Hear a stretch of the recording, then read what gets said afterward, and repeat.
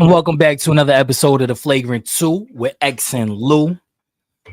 To you, the best NBA co-host or basketball co-host you could look for all around because, the media sucks at their job. A lot of glazing going on. A lot of glazing. A lot of glazing. What is we talking about? We're gonna get into it. We're gonna get into it. Anyway, if you haven't already, please like, share, subscribe, hit the notification bell so you can be tuned into all of our newest episodes. We go live every Friday. Yeah, man. X, what's up, man? What's good? What's up? What's up? Ain't nothing much, man. Enjoying basketball, Enjoying it. Yeah, enjoying basketball, Yeah, Shane Mel. How are you feeling? Look, the man. Real question. Look, man. I'm always gonna represent my city. I'm always gonna represent my town. We're always gonna hold it down. Nixon 7. Yeah, let's talk about it, man. Oh, wait. But let's talk about it, man. Look, man, we gotta take it one game at a time, man. Shout out to Tibbs for finally reaching into that bench, trusting your guys, bro. Dylan Wright coming off the bench, positive plus 15 off the bench. Shammy coming off the bench, positive plus 12 off the bench. Come on, man. Give these guys some flowers, give these guys some grace. Finally getting Precious Achua in the mix. Yeah. I mean, to be fair, look, I just want to say I'm glad we came back on a Friday. Look, we missed last week. We ain't gonna talk about whose fault it is. It's just we missed last week. Last week. It was a game. It was a game last week. Unfortunate circumstances, things happen. No, what I'm saying is we just didn't do last week. We missed last week. And if the Knicks didn't win yesterday, we would have won a whole, Nah, I would have said that. We would have went 2 episodes without even talking about them or needing to talk about them because at the end of the day, they would have been gone before we even came back again. That would have been unforeseen. That would have been the unforeseen circumstances that I thought might have happened, but the Pacers didn't come to play yesterday. I'd have been saying here depressed. I ain't gonna lie to you. Yeah, I'd have been a little depressed, but I'm not. I'm not, man. I'm in good spirits. We didn't get to react to game number 1, which was crazy. Yeah. That blown 14-point lead. Yeah, with one of them Kawhi bounce up to the top of that thing went over the backboard and came back in. Like y'all was supposed to lose in the regular.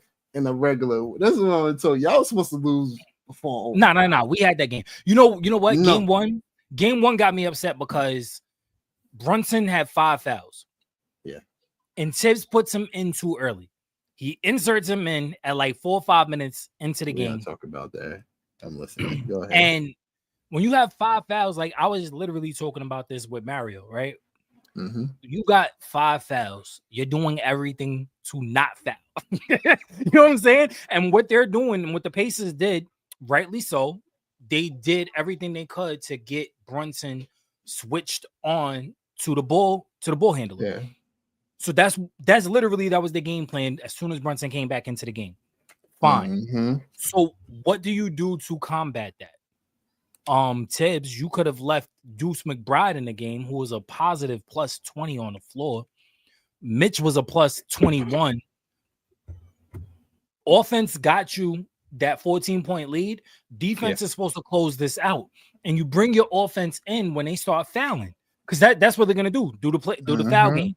But you got to get them to that point to do the foul game. And in order to do that, you leave your guys that are plus on the margin in there just a little bit longer. He did better in game 3 when he brought Brunson back in with like a minute and a half, 2 minutes left because of the offense, because you need your guys to hit free throws. See, if you would have did that game 1, we would have won game 1. This is what I'm talking about, right? And I was going to bring that up. Let's talk about it, right? Game 1, the Pacers made a miraculous comeback. But to be fair, in that crunch time, we could talk about Tibbs messing up, but we also got to talk about the players as well, because they was just throwing the ball away like nobody wanted the ball. Yeah, turnovers. Turnovers has been a theme of this series. Yeah, but it was crazy. And I'm sitting here looking at that before it even went to the Halliburton shot. That should have been a 3. His foot was just on the line. Yeah, his foot was on the line. And That was y'all still KD. lost anyway. KD. Yeah, y'all still lost anyway. But his foot was on the line. Y'all should have lost it in regular possession without going. We didn't. The basketball guys be with us. Yeah, with y'all, but it was with y'all for only but so long because y'all would have. Because overtime was just worse, bro. Yeah, it was worse. Y'all tired. I've been running 40 minutes for all regular season, 40 minutes all playoffs. Yeah. Like, y'all tired. Game 3, we're going to talk about that. We talk about how Tibbs trusted the bench, this, that, and the third. I think this was just an accident. He stumbled upon that. And y'all going to sit here and say, wait, no, this is Tibbs. Tibbs finally made a decision. But listen, because if you look at game 4, he went right back to. But he went to it. But that was game 4. I'm saying if he went right back to his old shit in game 4. Yeah, but if he would have, okay, yeah. But what I'm saying is, right, game 3, he brings in Brunson, and Brunson happens to get a foul, and he had 5 fouls early. Yeah, in the third quarter. Let's keep it a stack. If Brunson never got that, no, that was the fourth quarter, early fourth quarter. If Brunson never got that foul, in your heart of hearts, with Ted being the coach, do you think Brunson would have been on the bench? No. Hey, look, we're gonna sit here and say it happens, and it's just what happens. Like everybody want to give Tibbs shout outs to all that, and I'm with it. Like, cool, yeah, Tibbs, you did it, whatever. But at the end of the day, it forced his hand, and they stumbled upon something, and it's on the coach. Yes, all right. The next game, this game, y'all went about it, and y'all went on it. You know what I mean? Yeah. And y'all won the game, but it's just like he stumbled upon it, and that's what coaching happens sometimes. Look at the Warriors, Draymond Green and them. You throw what's his face get injured, and you David Lee gets injured, and you put Draymond in, and struck. You stumble upon gold. But this is something that we got to look upon, and it's just like we talk about the coaching situation, because I was sitting here thinking that before this even happened. I'm like, yo, y'all been playing them too long. Maybe Tibbs ain't the one. Maybe he's not. I don't. For the Knicks. I mean, y'all dealing with some roster situations too, because the minus plus minus thing with he's on. But it's up for the coach to look at the tape and play the guys that you have, and to trust the guys that you have. He trusted his guys in game 3, and granted, yes, is a lot of it has to do with the fact that Brunson was in foul trouble. Granted. But then you go back to your old formula in game 4 and you lose big in game 4. Then you go to the formula that worked in game 3 and look what happened. Yeah. You know what I'm saying? So Tibbs, it's either you learn from, because that's what makes you good coach. You learn from your mistakes, you learn from those situations, you get better at managing your expectations for the players that you have out there. And then on top of that, you got to trust these guys. They're in the NBA, and they made it out of thousands of basketball players that come out of college every year. 60 guys get to go to the NBA. You got to trust these guys. These guys are professionals. Some of them are journeymen, veterans, Shammy and Delon Wright and I mean Precious Achiuwa. He's a younger guy, but why did you trade for him? You know what I'm saying? It's like you got to be able to trust these guys. And I get where Tibbs was going with putting Mitch into the starting lineup and getting Hart to come off the bench. But if he's going to lead that second unit like he did in game 3 and game 5, you have to give him the second unit. You have to give him a second unit to run. Yeah, cater around certain things, and that's the thing. Like Tibbs is so stuck in his way, but I'm hoping that this right here, win or lose, whether the Knicks win in 7, or the Pacers win, this is something that I think Tibbs has to really look at.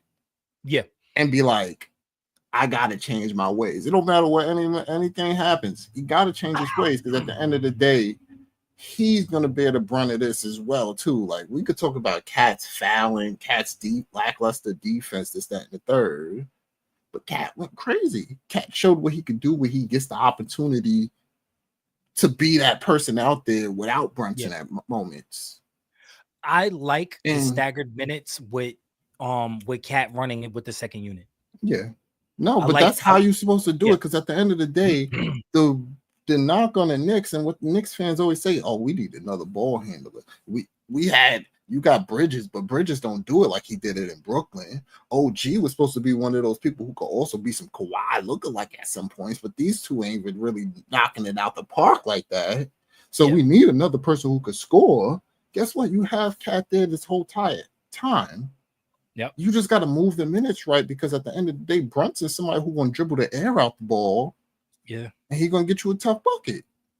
But he's going to dribble the air out the ball. Nobody's else going to get the flow, the movement. So it's just like, yo, you got to just let Cat be able to be out there, be free, and be like, yo, I don't have to pass the ball to Brunson. I get the shoot. Yeah. Let it rain. And that's what he did. 20 points in the fourth quarter. Putting his head down and getting to the rim. That's it. Yeah, I think that if Tibbs manages the game the way he did with game 3 and 5, we can potentially win this series. I mean, I ain't gonna lie to you. As always, we're losing on Saturday. I ain't gonna lie to you. I know we didn't get a chance to talk about it, but I was gonna be the ultimate hater and pick the Pacers anyway, because I know you was. I got love for the Knicks, but I still think the Pacers is a more oiled machine, and I think as playoffs go further with how the Knicks was playing all season, and they're gonna be tired, and they're running at the pace that the Pacers move at. They move faster. Game 5, they just didn't have it. Like, they just was. And I expect this from every team. At least one game in the series, you just not going to have it. Yeah.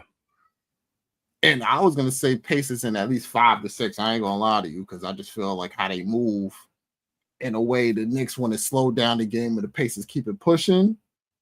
It wasn't going to be that series for y'all. That's another reason why they haven't went to the Hack-a-Mitch, the little Hack-a-Mitch stuff, because the game slows down when you start hacking. Slowing the game down. I ain't letting y'all catch y'all breath. Yeah. So it's just like, I figured it was going to be like a game, maybe 2 games that the Knicks is going to definitely take it. Yeah. Man, listen. Look, man. Y'all had to have a Herculean effort from Cat in game 3 to win that. This series is supposed to be over. Nah, man, because you had guys like, Shammy hit a really big 3 in that fourth. OG was hitting, but without the effort of Cat, you would not. I agree with that. Without the effort with Cat, effort from Cat. Yeah, and then the game Pacers, 5, and the Pacers finally getting a taste of a defense that can handle them. And they like, well, what should we do right now? And it was just a perfect storm at that fourth quarter. Yeah, game 5, they definitely stepped it up defensively. But way more ball pressure, way more full court. That's how you have to play the Pacers. You have to get up in them, and you have to start. It starts from sideline to sideline. You can't let them push the ball. You have to, in order to slow them down, you have to slow them down before they get into the half court. You got to slow them down in the full court. So, yeah, I'm hoping that they could take a lot of this tape. They could take all the good things that they've done in all 5 games and work it to their advantage. Because even game 4, we was in game 4 until game 4 was just I've never seen calls like that before. Like when Benedict what's his name, Mathurin, when he slid to the floor and like nobody touched him, he just slid to the floor and he like he's falling and he gets to grab out Hart and Hart falls on top of him and Hart gets the foul. Like and then it just trickled down. There was like a whole 2 minutes of like these crazy calls I've never seen. And what's bad when Reggie, who's the ultimate Nick hater, is saying like, what is going on? You know what I'm saying? Like when you have Reggie asking what is a foul for the Knicks. you know something is wrong. So that discourages you as a player. That discourages you. You know what I'm saying? Because you don't know how to defend a guy who's coming up, and you're thinking that you're playing legal physical basketball, and you get called for a ticky-tack foul that wasn't called earlier in the game. It wasn't called earlier in the series. There's no precedent for this foul to be called. It's tough, man. I mean, there was like a 2-minute sequence where at least 8 fouls, and it put it put the Pacers in position, to take the lead and to ultimately win the game because they was in a bonus. It's tough, man. It's tough. Yeah, I feel like game 4 was kind of like when we think about it, we talk about it in the series. During this series, are we talking about the whistle like that? Because at the end of the day, I think this series has been called fairly. You could sit there and say one stretch. I think that the series up until game 4 has been, yes. I think up until game 4, I think that has been called fairly. I think that game 4, there was I think it's just you just putting more emphasis on one game, but I think this whole series has been called fairly, bro. Man, you're just looking from those goggles. What I always sit here and say, nah, bro. Game 4 was crazy, bro. There wasn't no games that the Knicks got better calls than just one. What is that? Oh, bear goggles. You got no. These are Knicks goggles.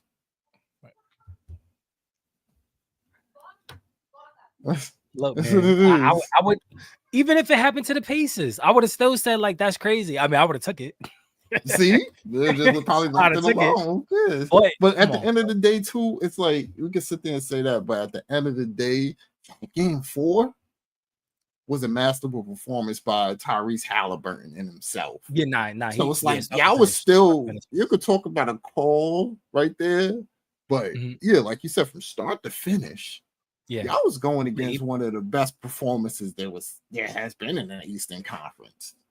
Yeah, I agree. So it's like it is what it is. You could say about that call, but if Halliburton was playing like trash and the game was actually truly like yours to take, it would have been like, all right, that the calls was messed up. But Halliburton was playing fantastic, and it was a game, and it's just like, all right, cool. It was kind of crazy performance by him. They deserved to win that one.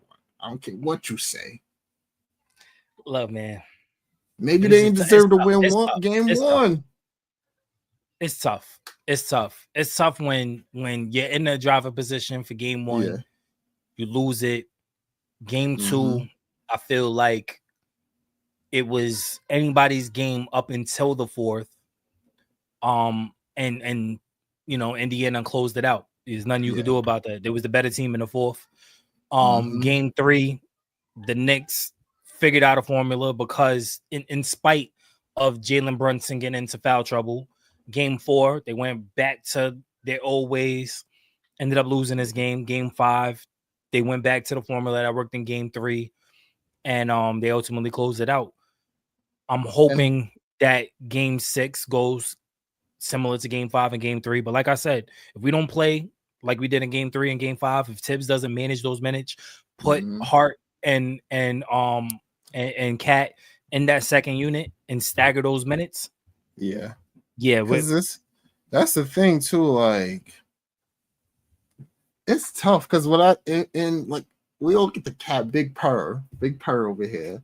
We all get his hate. But so far through this series, he has 2 games. Because game 1, he played fantastic. Yeah. But we can't talk about it because they lost. But he still played fantastic. And like we always say, there's that Robin who's going to win you a game. Yep. I had 2 of those from him where he actually won the game in game 3. He won one, game 3. And we game lost one. One was supposed to be the one that he won, and it was like y'all supposed to be. This is supposed to be a 3-0 lead. If y'all do it right, because y'all supposed to win game 2 as well. I still think we would have lost game 2. But what I'm saying is, you're at home, so you're expected to win that. Yeah, right. I get you. So it could possibly be a 3-0 Knicks series, possibly. But instead, you're in an uphill battle.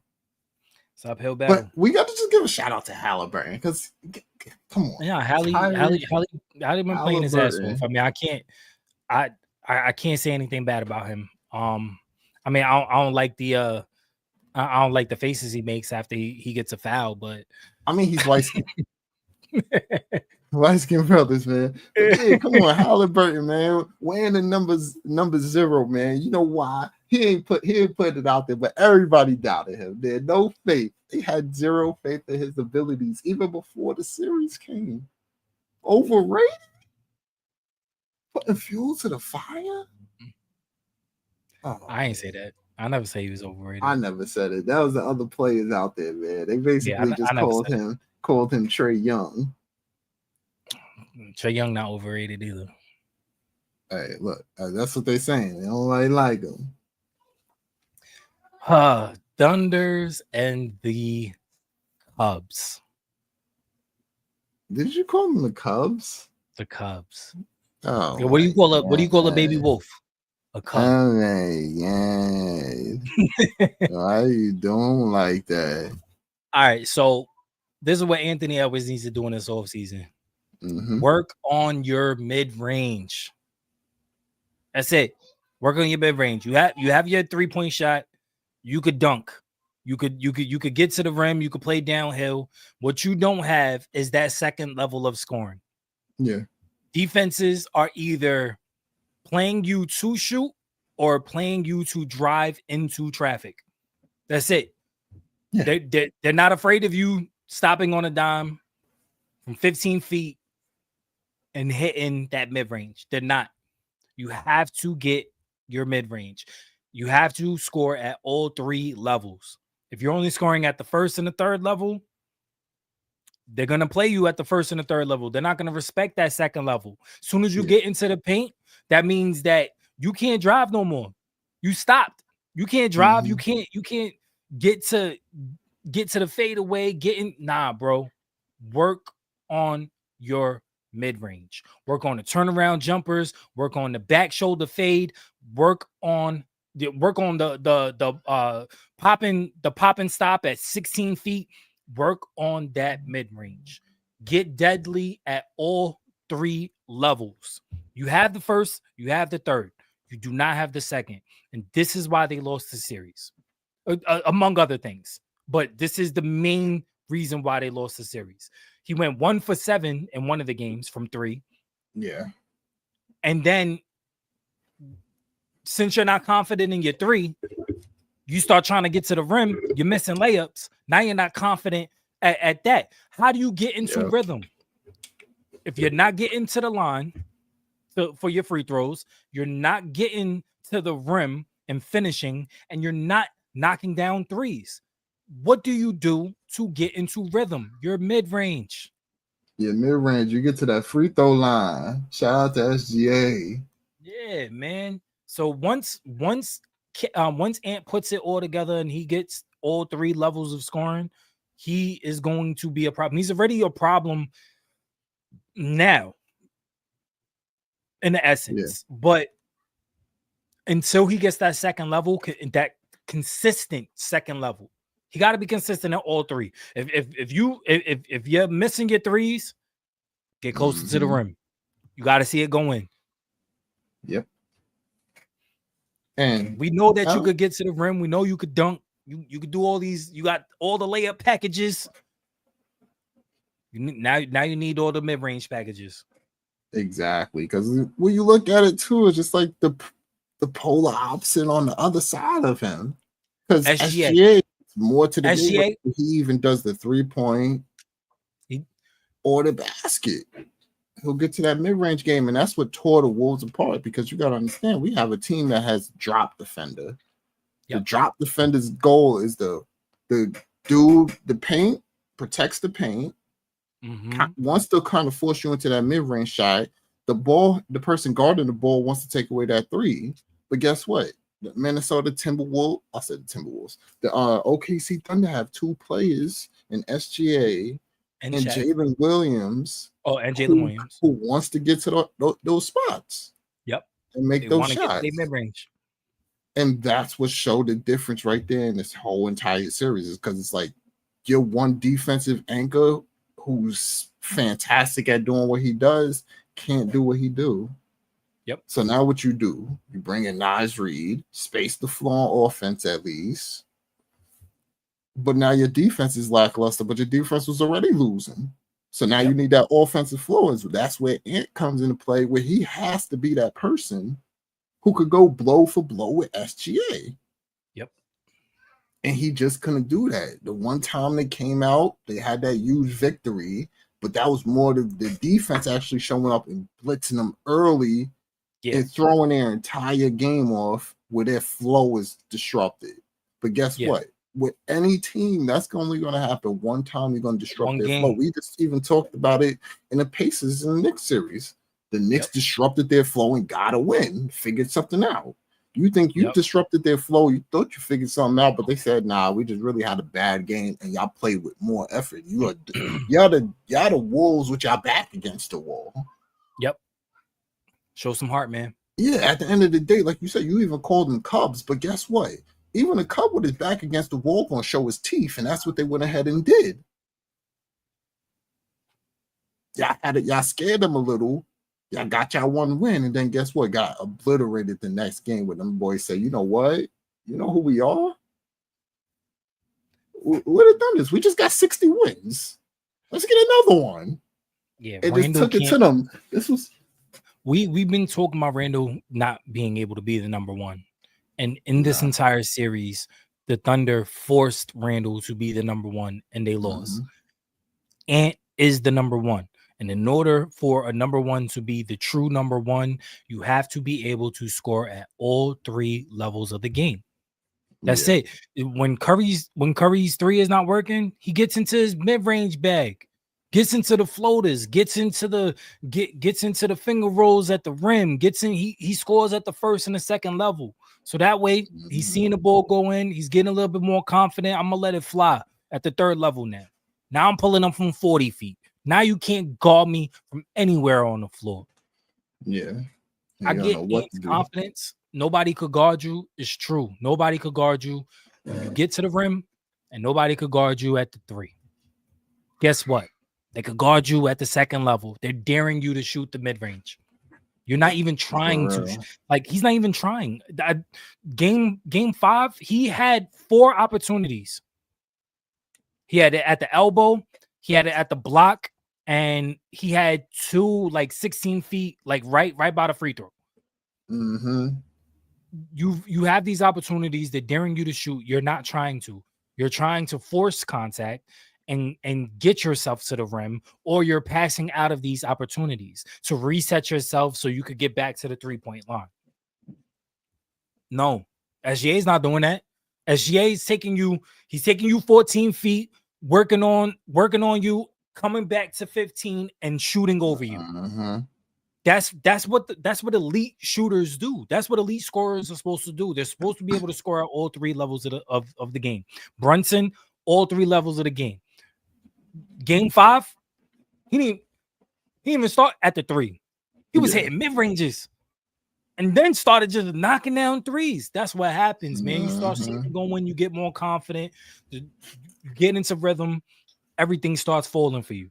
And also, because we're thinking about it, we talk about just half the score all around, right?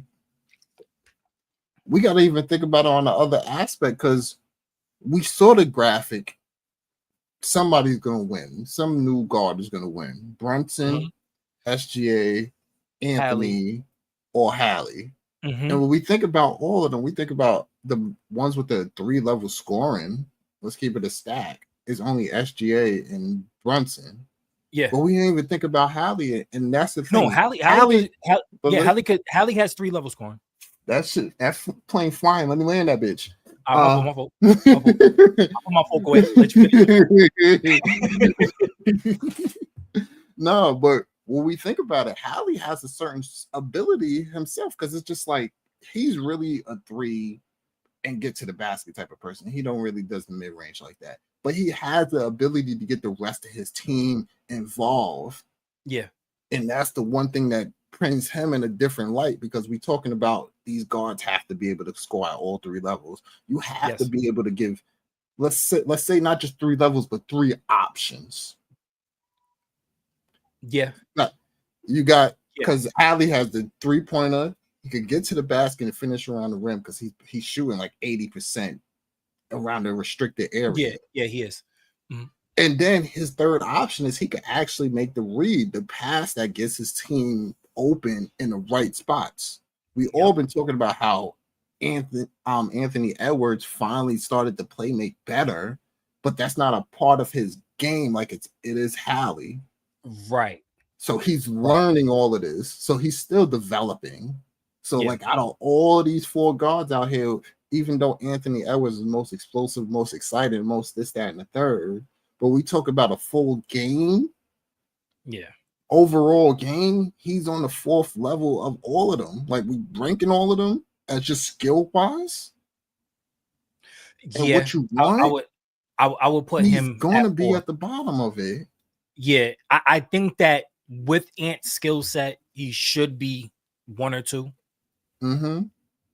But unfortunately, I would have to put him still in that development stage. Yeah, because he doesn't have the playmaking enough as a point, because he's not a point guard. That's not his first mentality is to pass. Whereas Hallie's first mentality is to pass, is not to be aggressive. Mm-hmm. He's more micro aggressive. He picks and chooses when to be aggressive, and that's really what you need to do as a point guard, especially one who is not supposed to be your primary scorer. You know what I'm saying? Exactly. The Pacers' primary scorer is supposed to be Siakam. That's why they traded for Siakam. Mm-hmm. Siakam's supposed to be their number 1. Hallie's supposed to be their number 2 or 3. He could get into the number 2 role, but he wants to stay in the number 3 because he wants to facilitate. His job is to break down the defense, whether it's from the 3rd level or the 2nd level. And if he gets to the 2nd level, when he sees it broken down and he has an angle, he could get to the 1st level by himself. Yep. That's Hallie's game. So I would, if anything, I would put 2A, 2B is Brunson and Hallie, because I have SGA 1. Yeah. I don't think there is a 3 right now. I think it's 2A, 2B, and that's Hallie and Brunson. And then I have 4 with Ant.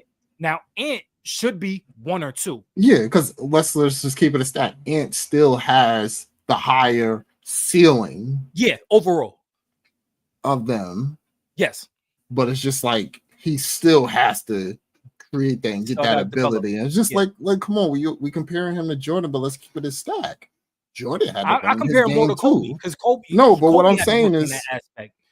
Yeah, but that's what I'm saying. They all started in their development. This is the beginning. Yeah. Like Jordan ain't just go ahead and turn around and be the guy he is. And then he also has to get the team around him. Like the front office still has to do what they have to do to get this situated. At the end of the day, like I said, early in the playoffs, I said the Wolves have one of the highest ceilings than anybody when they're clicking. Yep. But it's still a flawed team because at the end of the day, your big 3, or at least your starting lineup, is a bunch of people who don't really mesh with each other. They don't at all. Because you got Randall who don't shoot threes like that. You got Gobert. You got Ant who learned how to shoot threes with his 3 game is crazy now. Yeah. But now, but now he doesn't have the spacing because Gobert's in the paint. So if they had a Miles Turner instead, this team would be different. Say if Naz Reid was a better defender and they just had him in the starting lineup, this team would be different, completely different. Because now we're not worried about him getting from that 1 and that 3rd spot, because that first area, the paint, that first level isn't occupied by a big man. And if it is, you could just pass it out to your big man and he hits the 3. But they got to deal with that. So it's just like that team doesn't mesh fully together. So this is something they have to figure out, especially with this offseason, having to pay Randall, figure that out, and who's going to actually be able to stay. So it's just like this roster construction stuff has to come in. You're going mute. This roster stuff is going to have to come in and everything, and see how that goes during the off season. Nah, I agree. Yeah, I agree. It's tough. I feel for Ant. He had a he went through a gauntlet to get to the WCF, but the thing is, it's like, yeah, damn. I in thought order he to was in get, wrestling. yeah, West Coast. Yeah, but in order to get over that hump, it's up to the front office to get the necessary guys around him. Conley is not the same Conley that he once was, and he was settling for a lot of threes. He wasn't pushing the ball, but he's old. He's not going. They're going to need a younger guard who one could get off his own shot, but two, whose mindset is a little like Hallie's, where I need to read the floor, see where my guys are, make the correct pass. And then once you get into your half court offense and Ant takes the ball at the top, now you can allow Ant to get into his bag and have the correct spacing. Gobert is a little bit tough to me too, because it's like, to be that tall and to be that good defensively, you have no excuse not to be better offensively. Yeah. You know what I'm saying? There's no reason why I can't get you involved in a pick and roll because you're not efficient around the rim as a big man. You know what I'm saying? I mean, the restricted area is supposed to be the highest percentage shot, the highest in the half court. It's the highest percentage shot. He makes it difficult. And there's no, if Ant could run a good, because when Nas Reed and Ant run the pick and roll, it looks a little bit differently, because Nas has the opportunity to pick and choose if he's rolling or if he's popping. So you're looking at it differently defensively. Yep. But for Gobert, I'm staying back. Yeah. I'm staying back. There's no reason for me. I'm gonna let the defender blitz, and all I'm gonna do is show and get back.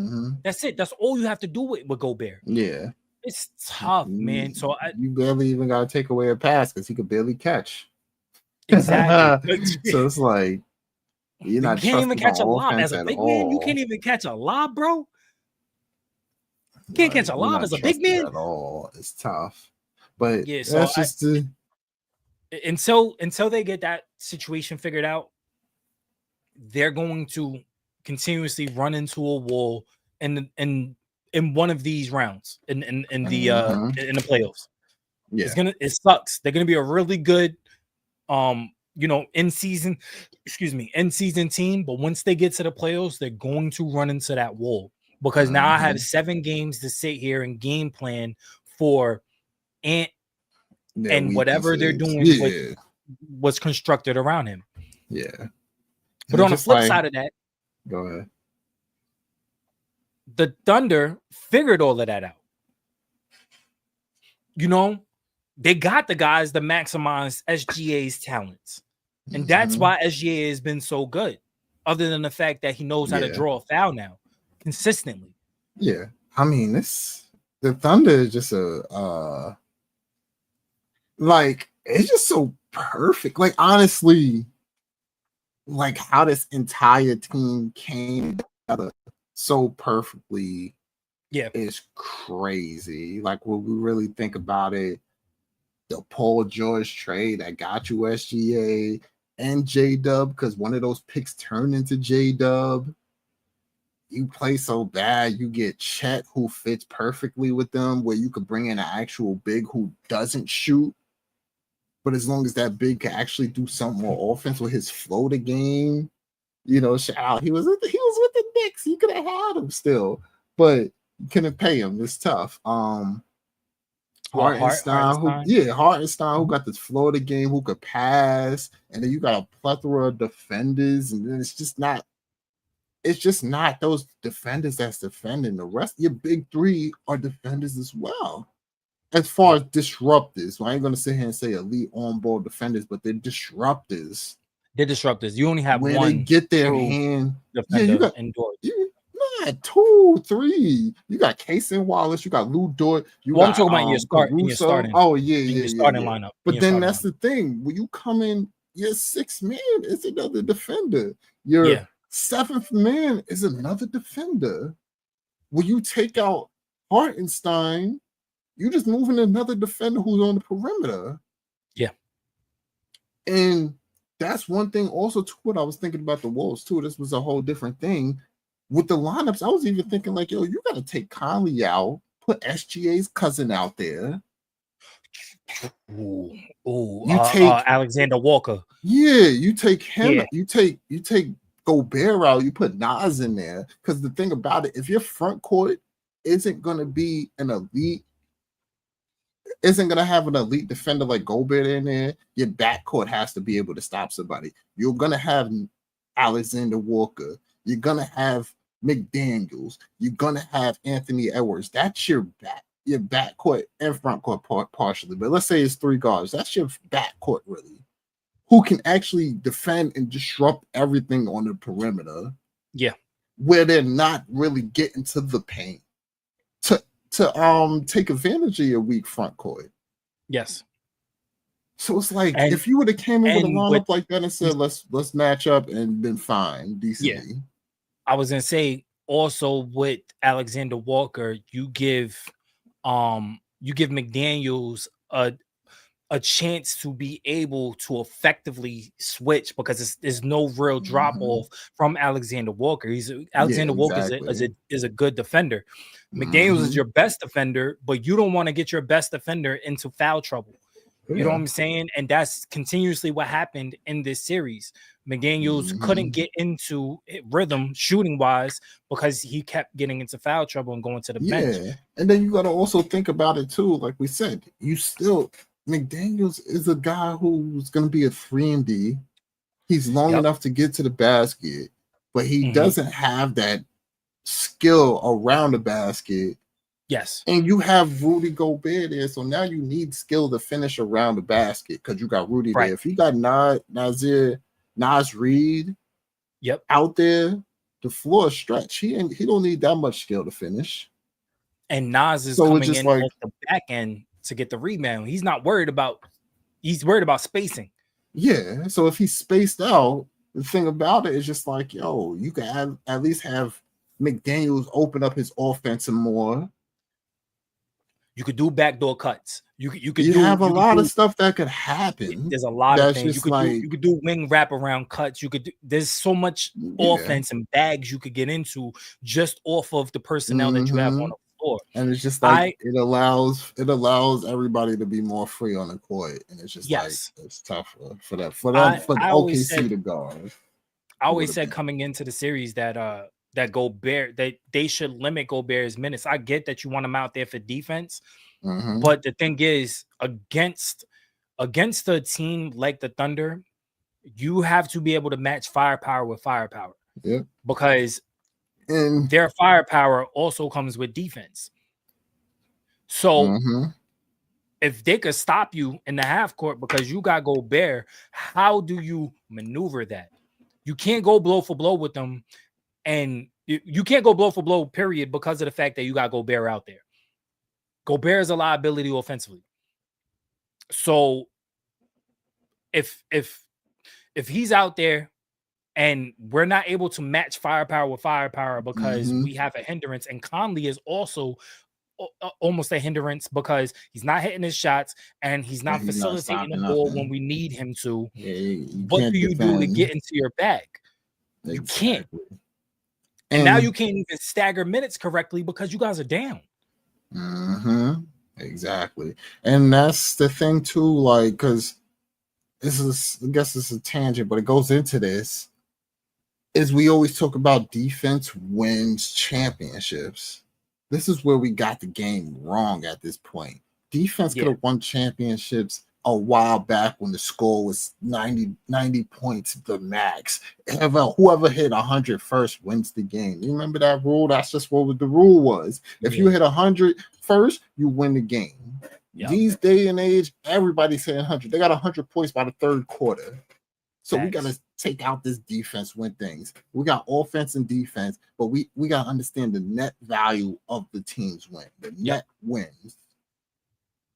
Because if you can stop people all day, it don't mean nothing if you can't score. Look at the Magic. The Magic is a team that we could think about. They could defend. Fantastic, they got all of the things, but they don't have anybody, no offense, no shot creator who truly makes it work. So in the 7-game series, it's like, all right, whatever. You can stop us. Your team on defense is fantastic, but y'all can't score nothing. Guess what? OKC is one of the teams who's fantastic on defense, and they could score. Yep. And that's gonna win. You gotta understand, throughout the whole NBA landscape, the team who wins championships are top 10 in both categories. Yep. There's only like 3 teams that's the outlier. And I think Denver Nuggets was one. Mm-hmm. But in the playoffs, they turned their defense up. Yeah, not just that. During the playoffs, it was number 1 in scoring too. Yeah, but they turned their defense up throughout the playoffs. During the playoffs, their net rating and their defensive rating was a top 10 defense. Yeah. We got a Lakers team who was a team who wasn't a top 10 defensive team. I think there was 17 the year that they something won. Crazy. And it's just like in the playoffs, they was still the worst defensive team in the playoffs. But it's just like, well, you got a combination of Shaq and Kobe. It's crazy. You know what I mean? What can you do? But guess what? Nobody has that combination. No. So it's just like you have to be able to be a team that can do both sides of the floor where you can't be compromised. We just talked about that with the Knicks. You got Brunson and Cat out there. Your defense is compromised. Because they're headhunting and OG and Mikal cannot help. It's tough. It's just like the team that has the best two-way players and the deepest team has a better chance to win. That's why we even thought about the Celtics. Celtics have one of the teams that's you like, oh, both sides of the floor is locked. They could do it, but they just fell short because they really don't have any, health. And then their guard situation, they ain't had nobody to get these guys the balls in the right space. They're done. Celtics sold the bag. Well, I would say that the model for defenses win championships is not good for the NBA. It's good for like baseball, football or something. Maybe? Baseball, football, those sports. Yeah, defense wins you championships. But basketball, it's just the freedom of motion. Defenses close games out. Mm-hmm. That's the way I put it. In basketball, defenses close games out. Your offense needs to pour it on. And in the fourth quarter, your defense needs to lock in. Yeah. And that's literally what we're seeing. The games that the Knicks won is because in the fourth quarter, during that stretch where Brunson is on the bench, they was locking it up. They was strapping it. No, y'all not scoring. No half court, no full court. Nobody's scoring. And we're going to run it up because we're going to come down and Cat's going to get into his bag. OG is going to sprinkle a little bit of his magic in.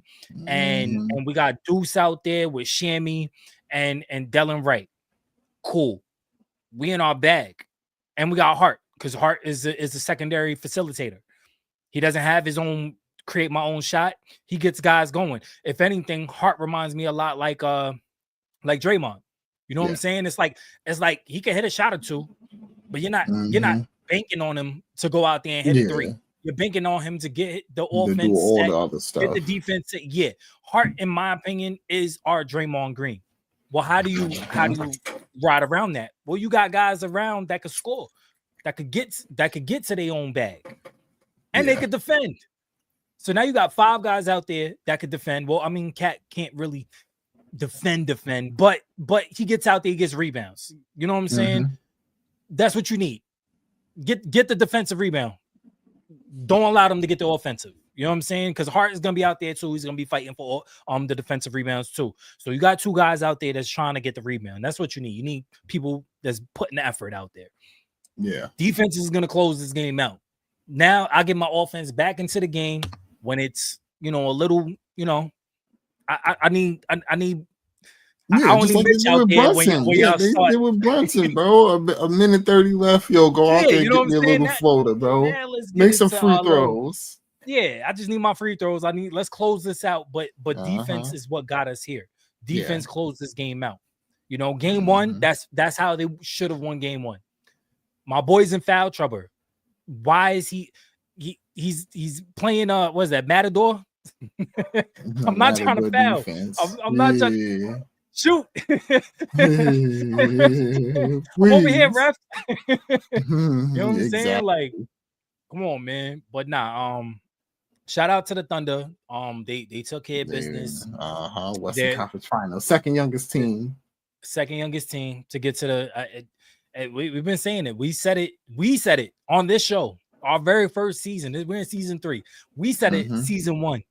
Give OKC 2 years. Yeah. Gotta run that clip. I'm gonna find that clip. We said it 2 years ago. Yeah. Give OKC 2 years. They're here. Matter of fact, we said it last year too when they lost. They will be back, and they will be more than likely going to the finals. Yeah, because every team needs that licking in the playoffs where they just get punched in the mouth and they just like, yo, nah, we can't do this again. Yeah, we seen it happen enough with the Celtics. Yeah, we had seen it happen enough with the Celtics. They finally got this. Yep. You know, but you gotta get over that hump, and then order to win, you gotta lose so you can learn. For Say real. it all the time. I just want to get into the WNBA real quick. Shout out to the W. They're back on. I heard last night Reese Angel Reese was benched. Nice. Caitlin Clark is out for 2 weeks right now. Oh, 2 or 3 weeks. She got injured. I ain't read the full injury report on her, but she got injured. Bad for the game. Yeah, but she hit a milestone too. She was I think the fastest to have like 20 and 10 or something like that for a while.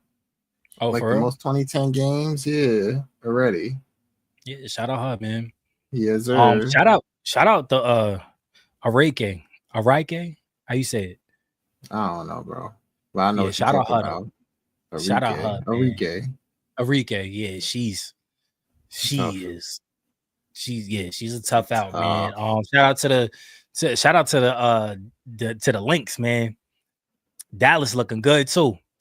But hey, there's only one team I care about, man. Shout out to my Liberty, man. Liberty, Shout out to my Liberty, man. Yeah, we running it back, man. Back to back chicks, man. Something in New York. Back, you know what I mean? That's the only people winning in New York. Shout out what's her face that left Vegas and went to LA. Oh, what's his face? Went to LA. No, yeah, she went to LA. She went to the Sparks. You know what I'm talking about? She was dating the football player. I gotta fact check this. Yeah, man. Wait, Forget her name, man. But shout out her, man. She leading the Sparks in scoring right now. I don't know who you talking about. I can't, man. No, Kelsey Plum. Yes, Kelsey Plum. Oh, bro. I didn't even know she left. That's tough. Yeah, bro. And she's their leading scorer right now. She was always a beast. Yeah, but she had to get from underneath whatchamacallit shadow. The other Draymond, the point guard Draymond. No, not her. The forward. Asia, yeah. She had to leave to get out of Asia's shadow. Yeah, but it's not just Asia's shadow. You gotta understand. Well, it's not just Asia. But Vegas got a squad though. She had to leave. She had to leave so she could have her own team. They have what's his face? I always call her the point guard Draymond. Yeah, I know who I'm talking about. Oh, Jewel Lloyd. Oh yeah. She's fire. Yeah. Oh no. I said Lloyd. They look the same. Chelsea Gray. That's it. I don't know why. Oh yeah. Chelsea Gray. Chelsea Gray. Yeah. She's like the point guard version of Draymond out there. Yep. If only they could dunk, man. She'd be throwing lobs. Bruh. I'll let Asia dunk on me. I mean, I know you would. I know you would. This is why we don't talk about this like that. Come on. Man. But nah, shout out to the W. They back, man. Paige Becker, shout out to her, man. She out here doing things as rookies already. She's back. She's healthy. She's back. Paige Becker, she playing? Is she playing? I know she was. She had a. I saw a thing about her too as a point guard. She's the fastest to do something too, bro. Already in her first. I don't know if she was injured. Yeah, she was injured. Bro, I saw her. You know, I ain't watching much of this season. She like tore her ACL last year. I don't know if she was back already. What? Yeah, she's playing. What you mean? She tore her ACL. You sure you talking about what's his face? No, you talking about UC. You talking about UC. Oh, I'm talking about Juju Smith. No, I'm not talking about Juju. I'm talking about she's on the LA on the Sparks. What's her face? And she tore her ACL.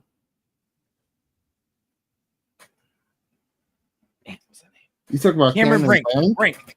Yeah, her. That's what I was thinking. Oh, yeah, she did. I was thinking about Cameron Brink. Yeah. Now I'm talking about Paige. You know, Paige. I think she was like the fastest to like 50 assists or something like that.